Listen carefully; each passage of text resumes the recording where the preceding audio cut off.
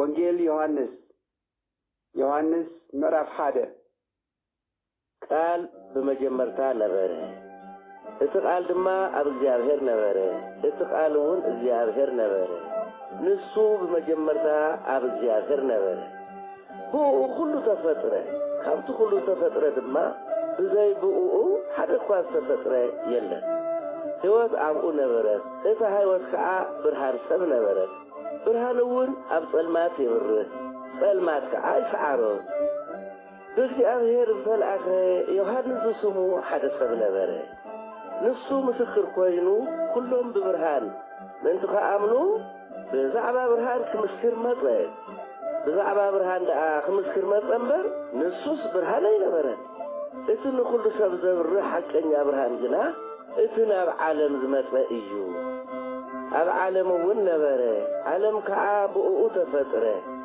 ዓለም ግና ኣይፈለጦን ናብቶም ናቱ መጸ እቶም ናቱ ግና ኣይተቐበልዎን ነቶም ዝተቐበልዎን ብስሙ ዝኣመኑን ኩሎም ግና ውሉድ እግዚአብሔር ክኾኑ ስልጣን ሃቦም ንሳቶም ከዓ ካብ እግዚአብሔር ዝተወለዱ እምበር ካብ ደም ወይ ካብ ፍትወት ስጋ ወይ ካብ ድሌት ሰብኣይ ዘይተወልዱ እዮም እቲ ቃል ስጋ ኾነ ጸጋን ሓቅን መሊእዎ ከዓ ኣባና ሓደረ ከምቲ ነብኡ ሓደ ዝኾነ ውሉድ ዝረኽቦ ክብሪ ክብሩ ረአና ዮሐንስ ብዛዕባኡ እቲ ብድሕረይ ዝመጽእ ቅድመይ ስለ ዝነበረ ንሱ ኸባይ ዓቢዩ ዝበልክኹም እዚ እዩ እናበለ ሓዊሉ መስከረ ንሕና ኩላትና ካብ ምልኣቱ ጸጋ ኣብ ልዕሊ ጸጋ ተቐበልና ሕጂ ብሙሴ ተዋሃበ ጸጋን ሓቅን ግና ብኢየሱስ ክርስቶስ መጸ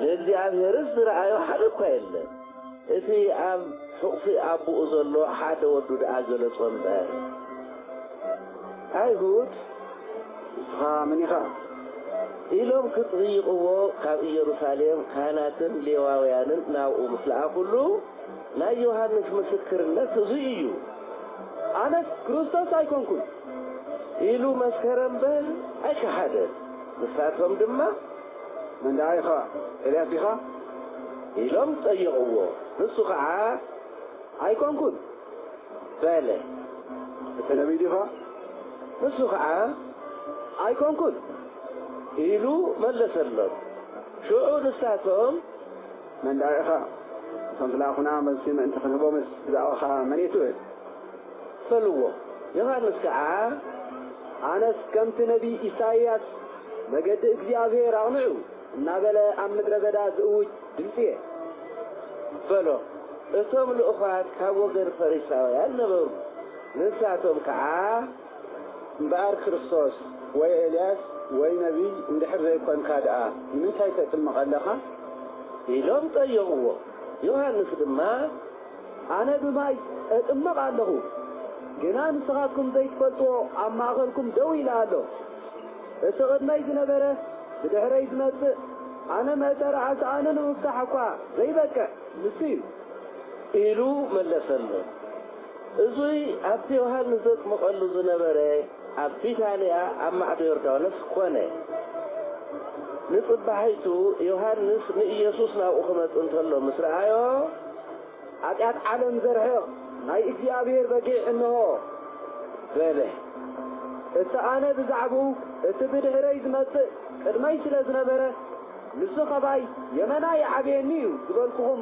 እዚ እዩ ኣነ ኣይፈለጥክዎን ንሱ ግና ንእስራኤል ምእንቲ ክግለጥ ኣነ ብማይ እናጥመቕኩ መጻኹ ዮሐንስ ድማ ከምዚ ኢሉ መስከረ መንፈስ ቅዱስ ካብ ሰማይ ከም ርግቢ ክወርድ እንተሎ ረኣኹ ኣብ ልዕሊኡ እንተቐመጠ እቲ ብማይ ከጥምቕ ዝለኣኸኒ መንፈስ ቅዱስ ወሪዱ ኣብ ልዕሊኡ ክቕመጥ እንተሎ እንትርእዮ ንሱ ብመንፈስ ቅዱስ ዘጥምቕ ኢሉኒ ደኣ እምበር ኣነስ ኣይፈለጥክዎን ኣነ ባዕለይ ከዓ ረኣኹ ንሱ ወዲ እግዚአብሔር ምዃኑ ድማ መስከርኩ ንጽባሒቱ ድማ ዮሐንስ ምስ ክልተ ደቀ መዛሙርቱ ደው ኢሉ ነበረ ንኢየሱስ ክሓልፍ እንተሎ ምስ ረኣዮ ናይ እግዚአብሔር በጊዕ እንሆ በለ እቶም ደቀ መዛሙርቱ ዮሐንስ ከዓ እዙይ እንትብል ሰሚዖም ንኢየሱስ ተኸተልዎ ኢየሱስ ከዓ ግልጽ ኢሉ ክስዕብዎ እንተለዉ ርእዩ እንታይ ትደልዩ ኣለኹም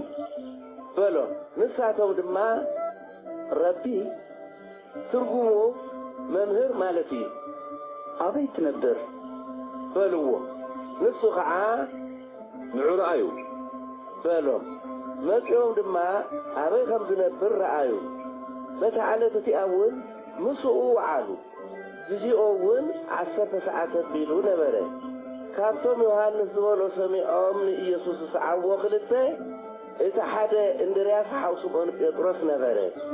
ንሱ ቅድም ንሓው ስምዖን ረኸቦሞ ንመሲሕ ረኺብናዮ በሎ። ትርጉሙ ከዓ ክርስቶስ ማለት እዩ። ናብ ኢየሱስ እውን ወሰዶ። ኢየሱስ ከዓ ናብኡ እናጠመተ ንስኻ ስምዖን ወዲ ዮና ኢኻ ንስኻ ኬፋ ክትበሃል ኢኻ በሎ። ትርጉሙ ጴጥሮስ ማለት እዩ።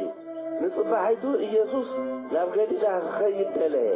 ንፊልጶስ ከዓ ረኸቦሞ ተኸተለኒ በሎ። ፊልጶስ ከዓ ካብ ቤተ ሳይዳ ወዲ ዓዳቶም ንእንድርያስን ንጴጥሮስን ነበረ። ፊልጶስ ንናትናኤል ረኸቦሞ እቲ ሙሴ ኣብ ሕጊ ነቢያት እውን ብዛዕባኡ ዝፀሓፍሉ ንኢየሱስ ወዲ ዮሴፍ በዓል ናዝሬት ረኺብናዮ በሎ። ናትናኤል ድማ ካብ ናዝሬት ዶ ሰናይ ክርከብ ይከኣል እዩ በሎ። ፊልጶስ እውን ማዕረ በሎ። ኢየሱስ ንናትናኤል ናብኡ ክመጽእ እንተሎ ምስ ረኣዮ ብዛዕባኡ እነሆ ክፍኣት ዘይብሉ ናይ ሓቂ እስራኤላዊ በለ። ናትናኤል ድማ ኣበይ ትፈልጠኒ በሎ። ኢየሱስ ከዓ ፊልጶስ እንተይጸውዐካ ኣብ ትሕቲ ኦም በለስ እንተለኻ ርየካ ኢሉ መለሰሉ። ናትናኤል ድማ መምህር ንስኻ ወዲ እግዚአብሔር ኢኻ ንስኻ ንጉስ እስራኤል ኢኻ ኢሉ መለሰሉ።